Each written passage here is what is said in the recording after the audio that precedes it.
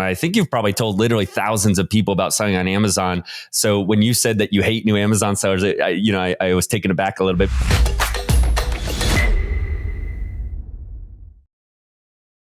Andy, I want to start with this. You were just telling me a few minutes ago that you hate new Amazon sellers. And I think this is something our listeners need to hear. I mean, you've sold 30 million in the last couple of years. And actually you were the first person that told me about Amazon. I think you've probably told literally thousands of people about selling on Amazon. So when you said that you hate new Amazon sellers, I was taken aback a little bit. Break this down for us. Why do you hate new Amazon sellers? Yeah, that probably sounds opposite of what we always talk about on here.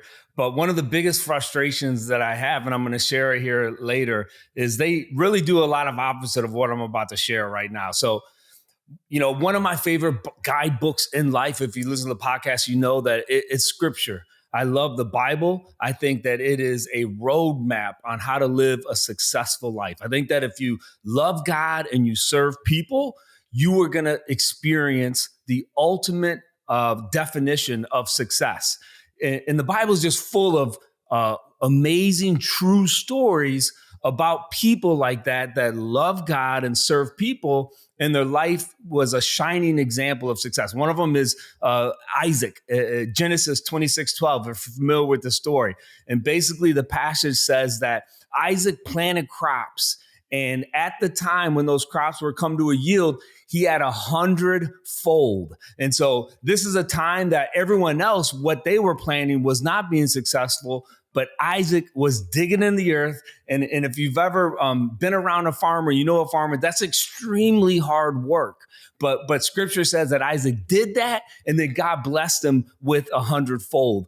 And that's what it takes to run a successful business. I don't care if it's an Amazon business, if it's a local retail brick and mortar business, whatever it is that you're doing, it's going to take a lot of hard work, a lot of effort. And then it's going to take you looking up to God and asking for him to bless it. And unfortunately, Nate, I don't think a lot of people do that. But what I am excited about is there is a couple that lives next to me named Kyle and Debbie, who just recently started selling on Amazon over a year ago. And I think they put into practice kind of what Isaac did in that 26:12. So I'm excited to be able to share those four things. And then I think at the end, we're going to get to why I don't like new sellers. What's interesting in that passage, if I remember correctly, is, Isaac was planting this harvest while most people around him were leaving, right? They were kind of giving up. They were going away. They didn't have faith in, staying in the area and doing what they were doing. And, it's interesting. I feel like we've heard over the years, is Amazon still a good way to make money? I think if you've been following the show, and you've had a lot of good examples, comparing starting an Amazon business to starting a Subway franchise or some of these other ways that people, getting into real estate, whatever it might be. And I think there's probably valid opportunities there. But what's interesting, we've seen people go through, whether it's the Amazon seller tribe or people locally to you, start just in the last year or two. So I'm interested to hear what Kyle and Debbie have done well that's worked for them, even though some other people might say this isn't the right time to get into Amazon. Yeah, absolutely. And as we're talking about this, and this is the thing, one of the frustrations that I have, right, with newer Amazon sellers is you have to have a high risk tolerance. And in order to learn anything, right, you have to be willing to educate yourself and possibly even, Nate, maybe even break even for the first year, or maybe break even for the first 2 years while you're really learning and understanding the business.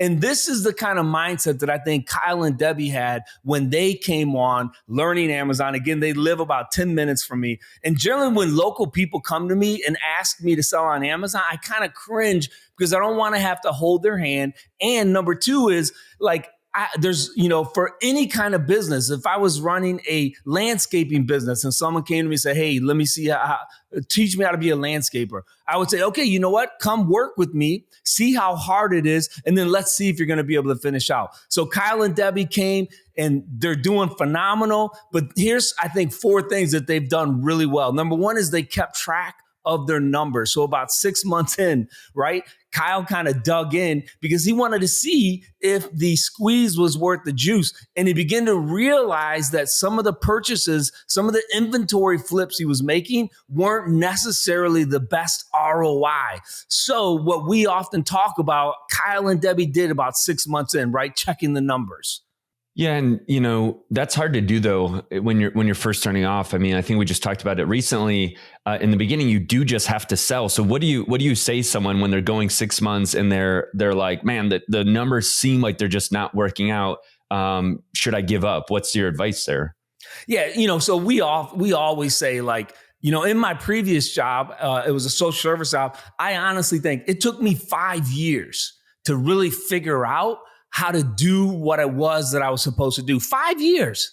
So imagine that. Year one, when I finished the first year, I think I'm doing good. Then year two, I'm like, oh my goodness, I didn't even know what I was doing in year one. Year three, I'm like, okay, I'm learning new stuff. Year four, and then year five, I finally kind of settle in, right, and figure it out.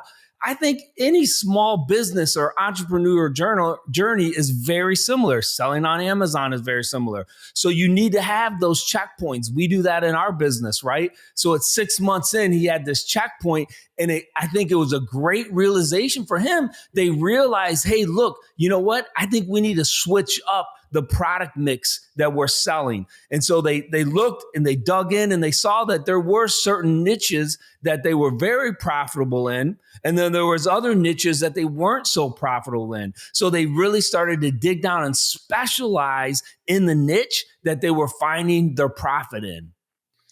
Yeah, I had my mom was actually texting me, someone that she knows wanted to start selling Amazon, and they were looking into something, and just like you, I kind of cringed a little bit when I heard it, not because I want to, push them away, but I was like, okay, well, here's what you want to do. But the reason I cringed is because my mom said, yeah, they're just looking for something, a side hustle for a couple months. And I was kind of like, well, this probably isn't the right thing.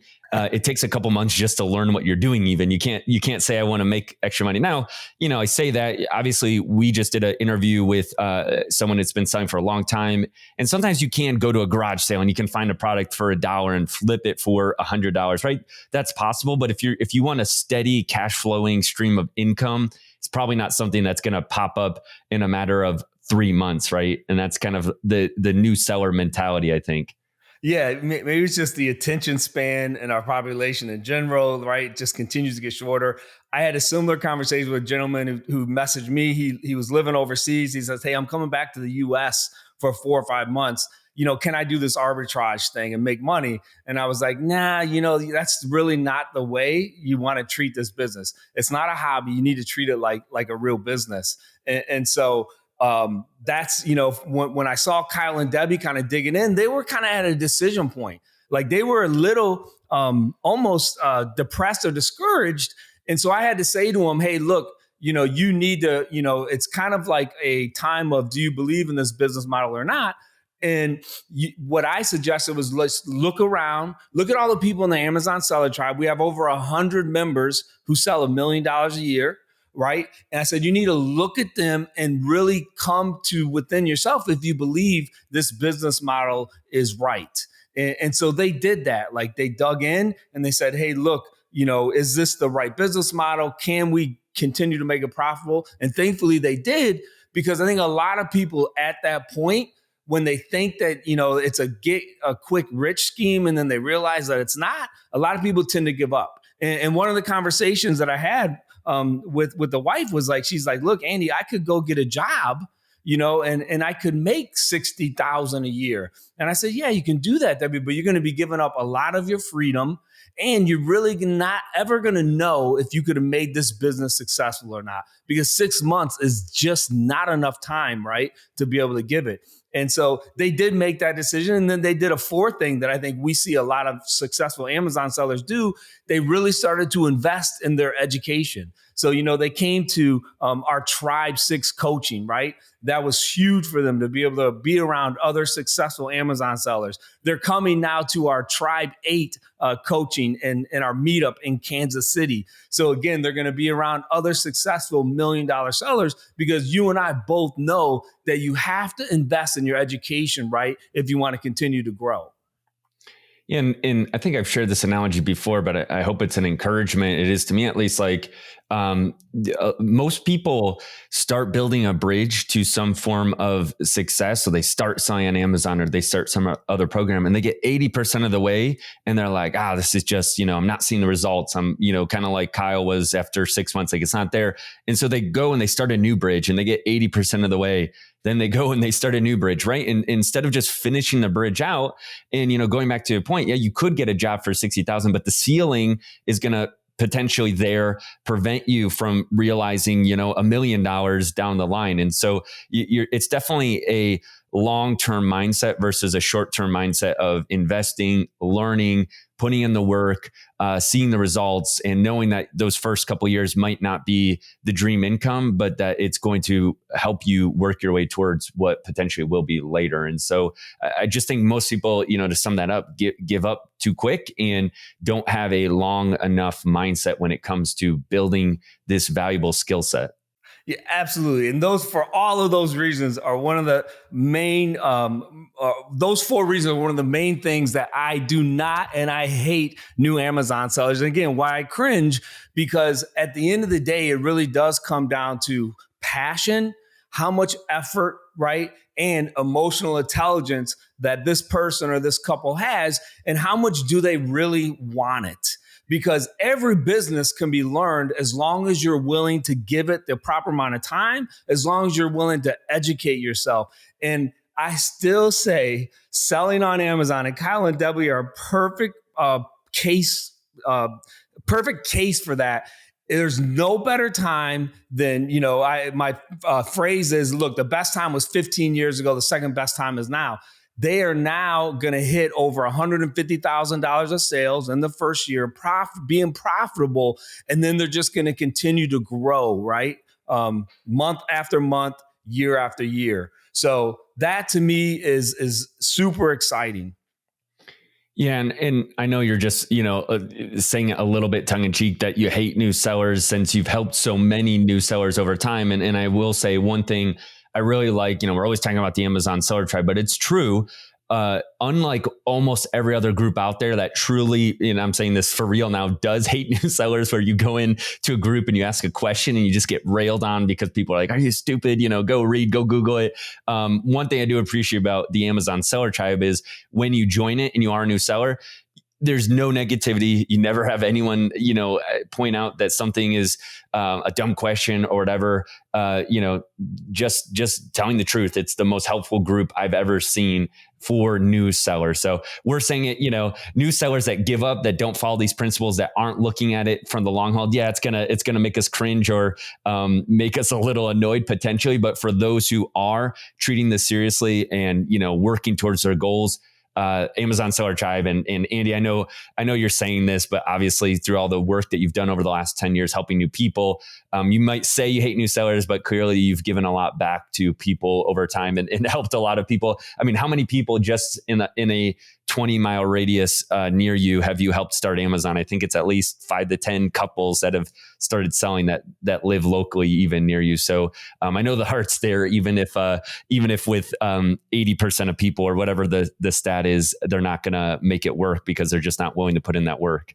Yeah, absolutely. And, when you do find a couple like that, or an individual who is willing to do the work, and you've shared with them, you spend time with them, and then you see the growth, there's no better feeling, right? It's kind of like in a different kind of way, like when you're a parent, right? And you see your child who begins to progress.